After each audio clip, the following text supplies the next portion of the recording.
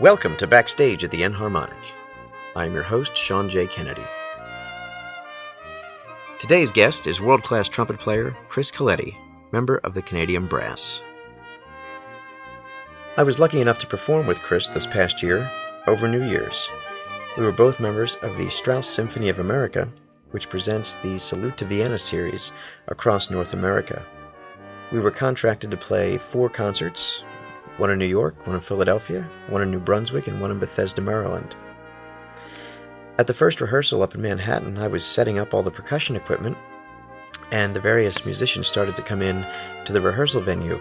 Now keep in mind this orchestra is a freelance orchestra, which means it's not a permanent gig. You get called for the week or weekend, you do the job, and when it's over, the orchestra is dissolved. Well, I was set up, and I was watching all the musicians come into the rehearsal hall, and this guy comes in with a trumpet, and I'm like, he looks familiar. Never worked with him. I wonder if I went to school with him, or, the music business is very small. A lot of times you don't remember where you've met people or have seen them before. After about 30 minutes, one of the other percussionists comes up to me and says, "Do you know who that trumpet player is?" I said, "Yeah, he looks familiar. Have we worked with him before?" He said, "No, I don't think so. That's Chris Coletti from the Canadian Brass." And then it dawned on me that I'd seen him on YouTube and all these other places. So this is a really great interview. We find out how he became a trumpet player and some of his hobbies outside of music. So I hope you enjoy this edition of Backstage at the Enharmonic. Hey, Chris, are you there? I'm here, Sean. How's it going?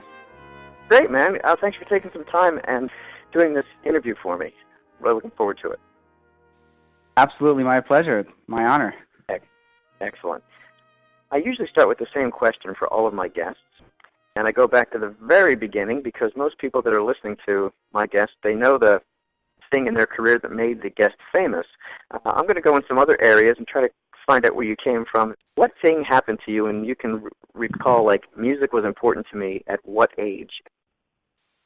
Oh, that's great. Well, it was a very specific moment, actually, like you assumed. I was watching Sesame Street, and Itzhak Perlman was on as a guest, and he played, I actually don't know what he played, but he was played so magnificently that I decided I had to play the violin. And I told my parents that I needed one. I needed a violin, and they got me one, and they got me lessons and all that. But the sad ending to this story was that I was a little too confident, and I told my mom, I don't know how many years later, I was like, "Mom, I don't even know how to play the violin. I don't need lessons anymore." And she didn't want to force me, so the lessons stopped, and then, of course, I practiced and then slowly faded out of that. And I still hold this against her. I'm like, "Why did you let me quit violin, Mom? I love violin." And then later, and when I was in, I guess, 4th grade, that's when the school had a band program you could join. And I actually was on my mom was on a church feast, and I was 9, and I was with her. And so we missed the band day where, like, you get to pick your instrument. So when I showed up, there was all these reasons why I couldn't join the band. The director said it was too late. We had missed all these things. But they did give me a shot.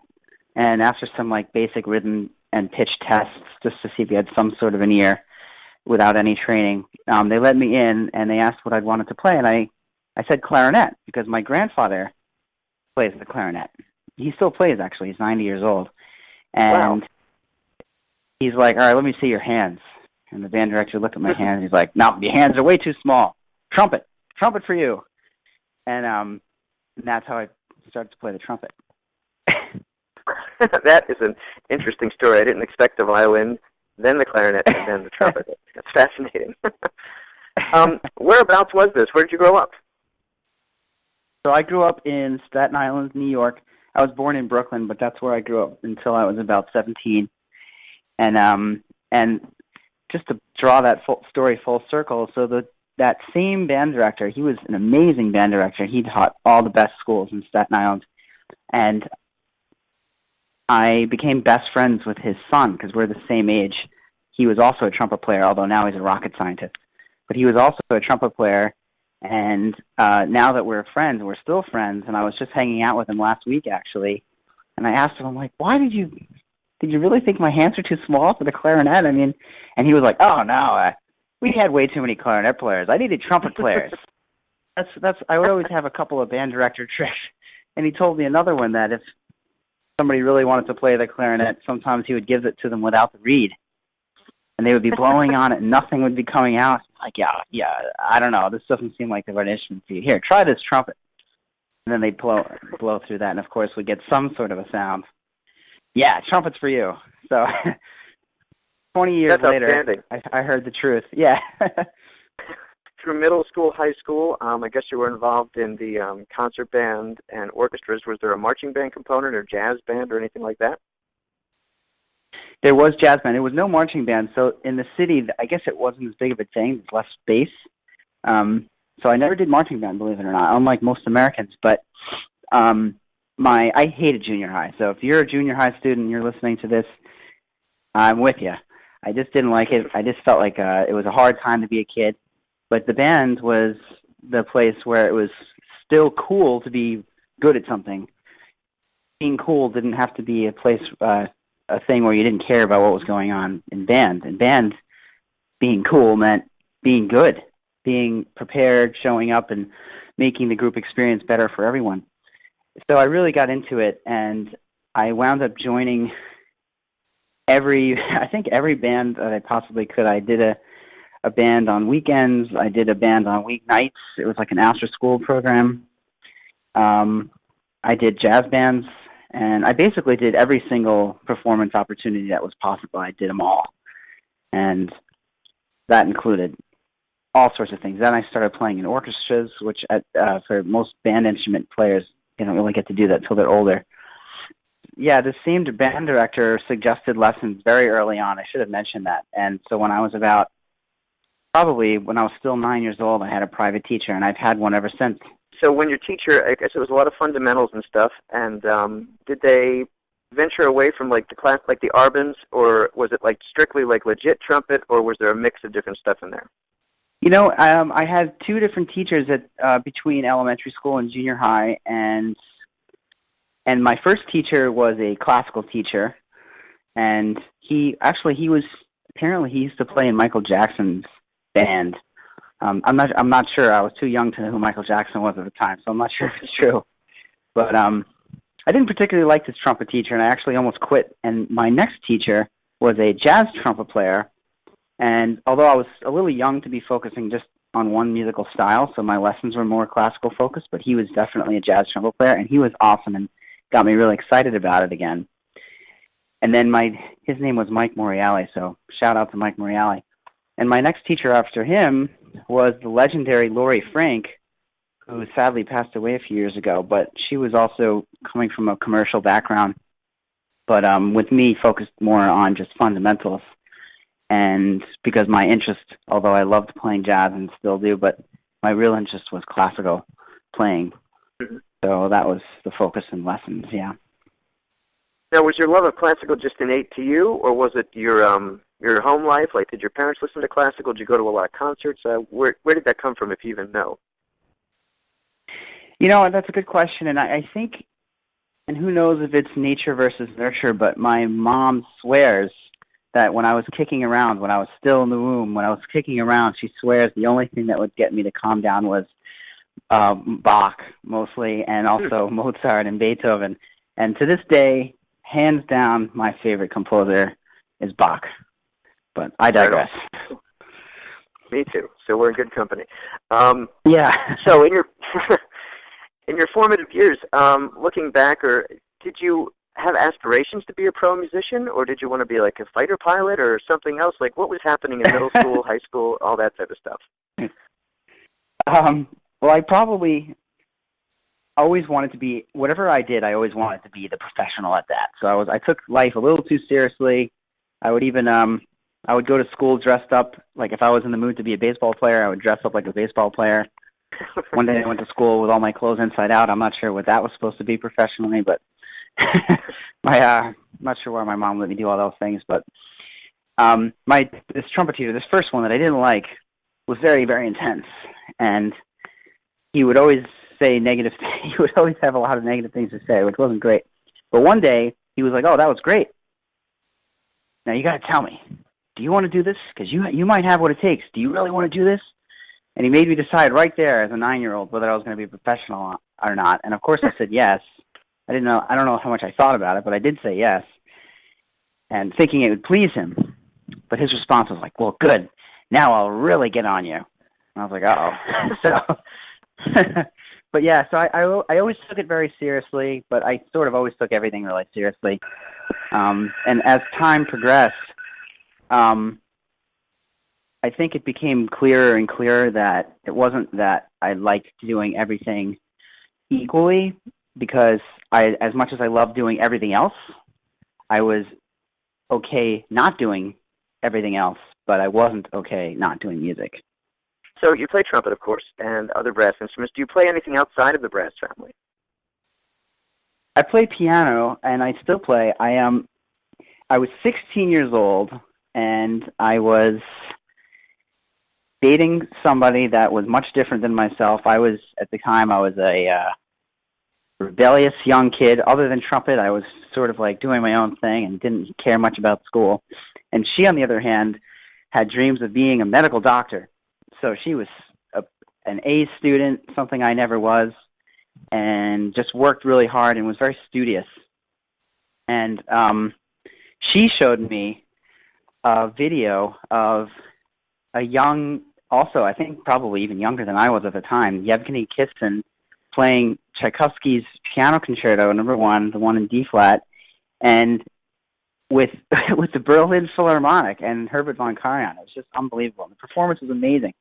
And I saw that, and inspired by her amazing work ethic, but mostly inspired by the music and the performance of such a young kid with such an incredible professional orchestra and conductor, I decided I was going to learn piano.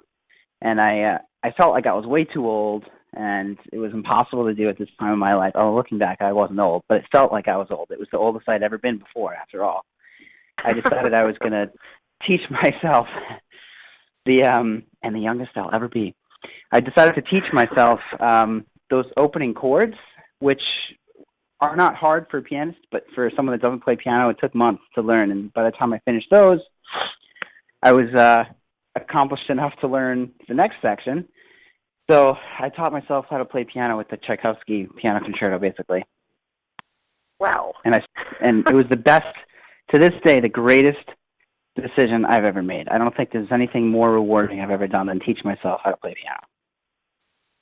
Wow. Most people you hear, like, they learned a Rolling Stones song in their garage, not Tchaikovsky. Right. Pretty incredible. So you have perfect pitch, right? I have what I call practical perfect pitch. My parents were musically trained. They were music majors in school. So, of course, they tested if I had perfect pitch ever since I was old enough to sing, and I never had it. So, according to the real strict definition of perfect pitch, I technically don't, because you're supposed to develop it within the first year of life, and you have a different brain structure. They have all sorts of MRIs that show brain scans that show that. However, I noticed that when learning theory, mostly when I was doing theory, ear training, and even more helpful than that was doing arrangements. Like, I would listen to recordings and say, I want to play that piece, but I couldn't find the sheet music anywhere. So I would just write down what I heard, and it took a long time, but eventually I'd have a piece of sheet music of that recording of all the parts and whatnot. That developed my ear to the point where I started noticing that I could hear pitches without having to really think about it, what the pitch was. I just knew what it was right away, which was really helpful as a trumpet player, because there's no real bass pitch that you can base it off of. It's not visual, like a keyboard or something, and your valve combinations are very small. Everything you're doing is with your lips, so it's very similar to the vocal cords, where you can't physically tell your body to sing a certain note. You just hear it and do it. So if you can't hear it, you can't do it. And I started noticing it improving my playing, so I started developing it more and more consciously. And at this point, I feel like I have perfect enough pitch to say that I have perfect pitch, but not without that long answer. I like that. Perfect enough pitch. That's good. Obviously, the Canadian Brass has existed well before both of us. Did you ever imagine, through middle school, high school, college, that you would be a permanent member of the Canadian Brass? Oh, man. Definitely not. I'm not sure if you saw that recent Louis C.K. show skit where somebody's complaining about how they were forced by an ex-boyfriend to go to the New York Philharmonic, and there was a second trombone player, and who is the second trombone player? I can't believe he worked his whole life to be the second trombone player with the New York Philharmonic. And then some guy sitting next to her, listening to her rant, points out that second trombone player's name is Dave Finlayson. And the reason it was particularly funny is because the guy that posted it on YouTube was Dave Finlayson. So he got this really huge shout-out. But she points out something really interesting. When you're going through your career, your goals feel to you like they're getting more and more big. You're aspiring to bigger and bigger dreams. But the reality is they're actually getting more specific, and in a way they're even getting a little bit less grand. But that's because you're getting a more realistic view of how the world works, and you can either choose to let that affect your dreams or not. So by the time I was in my master's, my dream was no longer to be world-famous soloist, which I figured was probably impossible, but just to get a job in an orchestra, any orchestra. I didn't even care if it was full-time. I just wanted, everyone was saying the same things. I need to get a job, got to get a job, got to get a job.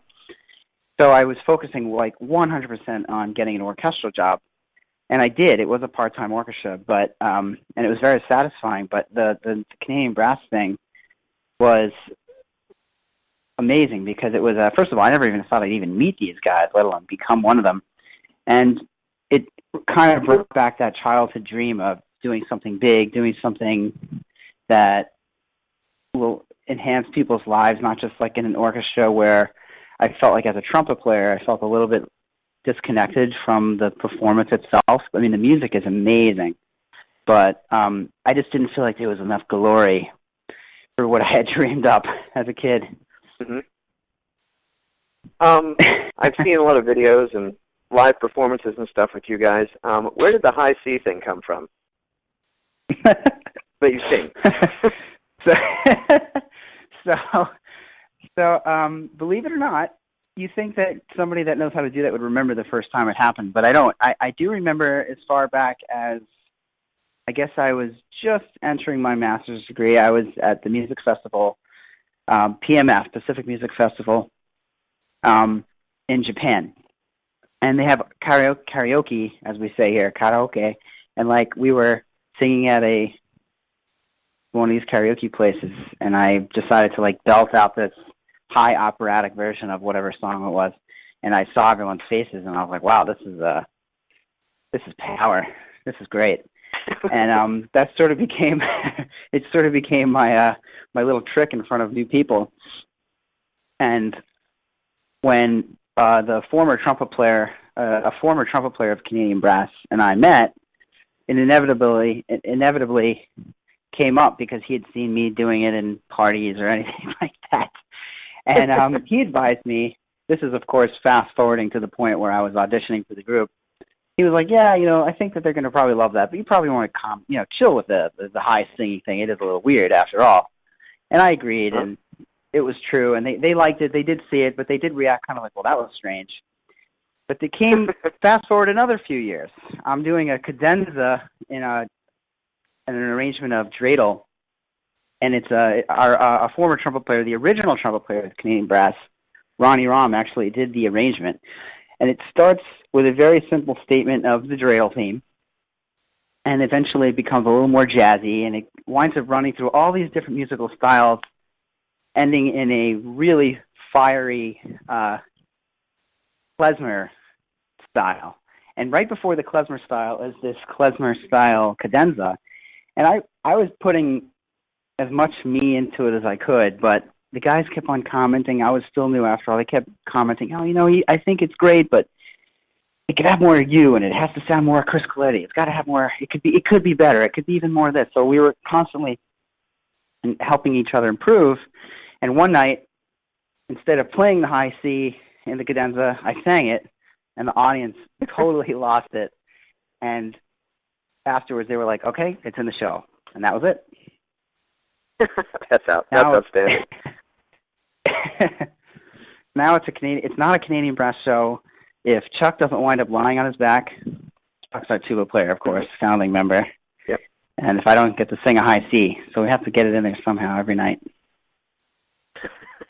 That's incredible. I kind of had a feeling there was some funny stories, since you're a brass player, associated with this thing. Like, it wasn't like you were sitting at a desk going, how can I make this interesting? I knew it was some messing around right. that probably caused that. Usually is that. Yes.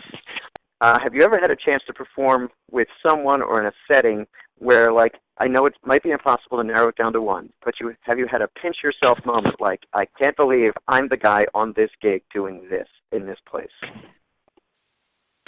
Oh, absolutely. I know this is going to sound cliche, but I almost feel like that happens all the time, because the greatest thing about I should first start with the obvious ones, because of course, joining Canadian Brass for anyone, I don't care who you are, is just like, are you serious? Like, it still feels like that. I've been doing it almost 7 years, and it's still like, I can't believe this is real. It's just unbelievable. The guys are so good. The audiences are so dedicated, and they just love music. And so there's that. That's the first level, the most obvious as an outsider to see. But one of the most amazing things, this is the cliche part, the most amazing things about being a classical musician, and I know you understand, I know you feel the same, is that you're playing music by such amazing minds that every time you play one of these pieces, you're getting an insight into the minds of some of the greatest that ever lived. So you're sitting on the stage and playing a piece by Mahler or something. It's like getting to go see your favorite painting or piece of architecture or anything like that, but you're actually part of it, and it's just an unbelievable feeling. It never feels quite real, but I'm always so thankful to be part of it. Most recently, I played Baroque trumpet, by the way. I don't know how many of your listeners know what that is, but it's the old trumpet. They used to just call it the trumpet in the Baroque period a couple hundred years ago. It was essentially a pipe about 6 feet long, had a mouthpiece and a bell, like a regular modern trumpet, but nothing else. No holes, no tube, no valves, no rotaries, nothing, just a tube. The modern version has a couple of holes to make it play a little bit more in tune, but ultimately you're doing everything with your lips. So it takes what I said about playing modern trumpet to the whole another level. And I got to play Bach's B minor Mass, possibly the greatest piece ever written, with Caleb Hudson, who was the other trumpet player in Canadian Brass.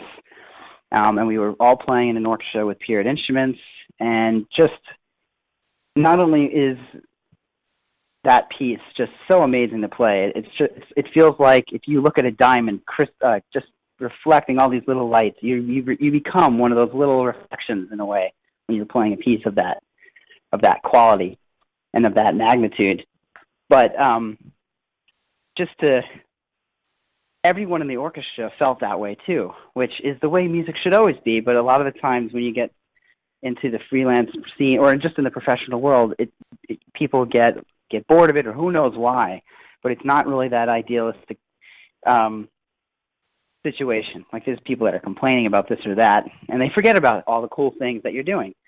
And in this particular performance, and I think it has something to do with it, it's even more niche than just being a musician playing on these period instruments. Every single person knew the words as much as the choir and the conductor did, and it was just an amazing experience. I was definitely pinching myself in that moment too. Wow, that's awesome. And I really like what you said about you compared it to a painting. It's almost like, seeing your favorite piece of art and you're actually part of it or in it or something. It's really incredible. Exactly. So, on your iPod, what is Chris Coletti listening to? What's in constant rotation these days? Oh, man. Well, I think like most people nowadays, it's pretty varied, which I think is really cool for music in general. Like I mentioned, I love Bach. John Elliott Gardner and the English Baroque soloists have a complete Bach cantata recording. It's like, I don't know, probably like 15 CDs or something of course, I'm listening to it on Spotify, so I have no idea how many discs it is. But that is constantly on my listening list. Actually, Caleb, and anyone listening to this that plays the trumpet or just likes trumpet music that's interested in checking this out, Caleb compiled a playlist of all of the movements only from Bach's cantatas that include trumpet. And we were both surprised that just those movements, not even the entire cantatas, but just the movements from the cantatas that include trumpet, is over 4.5 hours of music. 4.5 hours. Gosh. And this is music that trumpet players never know. I mean, when you think Bach cantata, every trumpet player immediately thinks of the 51, number 51, which is amazing too. It's really, really cool. But it is only one of many really, really incredible trumpet moments in music history. And in my opinion, nothing's even come close since. But I'm a little overly obsessed, possibly. But anyway, you could subscribe to this playlist and then listen to this stuff for free. So we've been talking about music for the whole time. Do you do anything besides music, and what is it? Oh, I get distracted for a living. That's the truth. I do. I think the answer to that question would be different depending on when you asked it. Right now, my new hobby, and it's actually an understatement to say hobby. It's obsession. Is I guess it's a few things.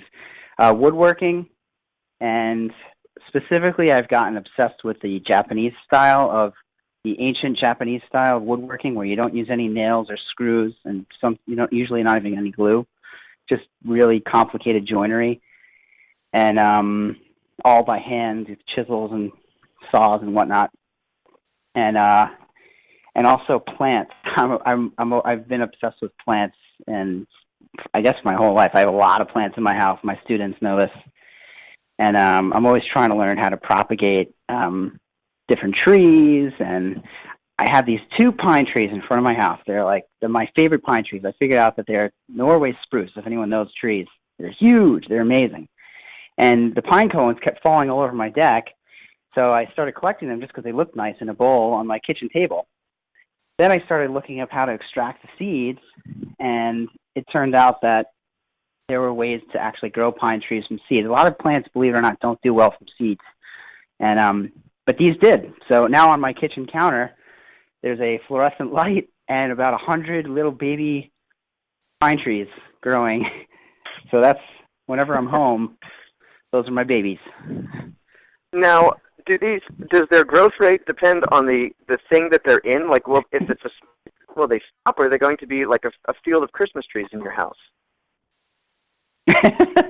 Oh, I wish it was that easy. I mean, yeah, they will be stunted by the size of their container, and the light matters a lot, and so does the water. So I'm going to keep on upgrading, and eventually my goal is to get them strong enough to be put outside, because pine trees do fine once they're strong enough. And of course, in nature, they don't need to be babied this way, but then the success rate is a lot lower. You might get 1 out of 100 that survive, and this way I'm trying to get like 60 out of 100 to survive. So, yeah, I'm going I want like a forest in my yard. So then going a step further with your other hobby, is it your goal sometimes to grow a tree which you can make furniture out of eventually? It is, because so I live in Brooklyn, and I'm very fortunate that my grandparents, who were the sons and daughters of Italian immigrants, bought a place that in a neighborhood that was not very safe, but is now a very prized neighborhood. So it's a much bigger space than I probably should have in a city that's this dense. And my grandmother tells a story about the city cutting down this huge maple tree in front of the house, and there was nothing wrong with it. She thinks they got the wrong tree. That was like the one next to it was dying on someone else's property. Anyway, long story short, she was crying. She was sad. It was really a big part of the house. And my 5-year-old uncle said, "Don't worry, Mommy, I'll plant you a tree," and planted a little maple tree seed that had come off of like one of those little polynoses that had come off the tree, and planted a few of them actually. And one of them is at my parents' house where I grew up, and it's huge. And the ones that he planted at this house, which is the same house he grew up in, which is kind of another cool thing, there's one in the back and one in the front, and they are enormous. I mean, I can't fit my arms around them. And so he planted them by hand. So, of course, I want them to live forever. But if they die in my lifetime, it would be really nice to give it a new life by turning it into something cool. That is awesome. Very interesting. Well, I know you're a busy guy, so I'm going to let you go. Thanks for taking the time to answer these questions, and I hope the listeners all got something out of it. I know I sure did. And I can't wait to see you again soon, Chris. So thanks again. My pleasure. Just because I know your listeners may have some questions and they don't have the opportunity to ask them now, I'm on Facebook. I'm on Twitter. I'm on Instagram. I'm on Weibo, if you speak Chinese. And of course, I run, Canadian Brass has all these accounts as well, and I run those accounts along with the other guys. So if you have any Canadian Brass account questions, that's really easy to find. My accounts are easy to find too. And I have a blog, if you're ever interested about learning more about either trumpet or just music in general, where I recently wrote an article about performance anxiety. It's just trumpetchrisblog.com. And I think you guys will find that useful. Perfect. And I post this, I'll communicate with you through email and get all the links and put them right below the podcast so everyone can get to them very easily. All right. Thanks, Sean. Have a good one. Thanks, you too. The music for today's show featured Chris Coletti and the Canadian Brass from their recent release, Perfect Landing. The track was called Granada. Please follow the link below to pick up a copy for yourself today. In addition to the recording link, please follow the link to visit Chris's blog and the Canadian Brass's upcoming concerts.